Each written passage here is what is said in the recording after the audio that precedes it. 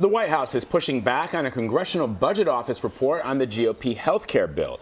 The Republican-controlled House passed the bill earlier this month and celebrated the victory with the president in the Rose Garden. It was a revised version of the GOP's original plan, and it was voted on before the CBO score was released. The report released yesterday says 23 million more people would lose coverage compared to the Affordable Care Act. The CBO also projects the bill would reduce the federal deficit by $119 billion by 2026. Let's bring in Dan Diamond. He's the author of Politico Pulse. That's Politico's morning briefing on healthcare, politics, and policy. And Dan, we know you've been pouring through this CBO report. What are the most damaging figures out of it? And is there any good news in there for Republicans to point to?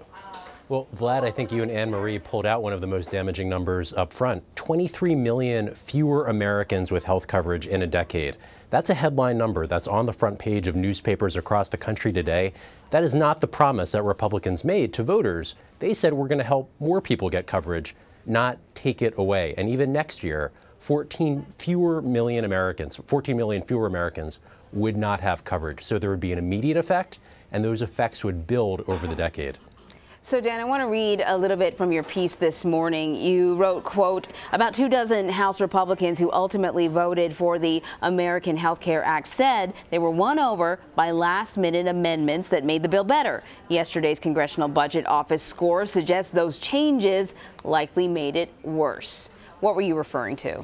Well, Anne-Marie, what I'm thinking about is about 3 weeks ago, there were 20 or so Republicans who said they couldn't vote for the original bill. They needed to see changes that would make coverage better, that would make it easier for people with pre-existing conditions to get health coverage. The CBO report yesterday tells a very different story. It says 1/6 of the markets in the United States will be unstable, and that if you have a pre-existing condition, it's going to be harder potentially to get coverage. That is not what Republicans said when they were voting on the changes. And if you look at the impact of those changes, there's a straight line with things in the bill that are not as good now.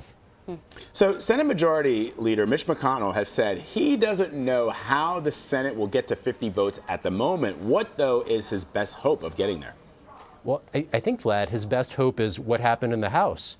Paul Ryan didn't know where those votes were going to come from, but he knew at the end of the day Republicans were going to vote to repeal Obamacare. They had spent so much time, so many years, making that promise that once the vote finally came, it was very hard for Republicans not to follow through on that. I think the Senate, right now, Mitch McConnell said yesterday, 50 votes, he doesn't know where it's going to come, but it's still early in the process.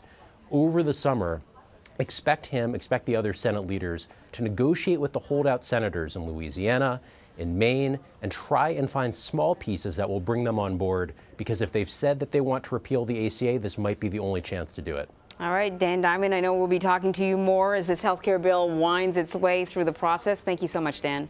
Thank you, Anne-Marie.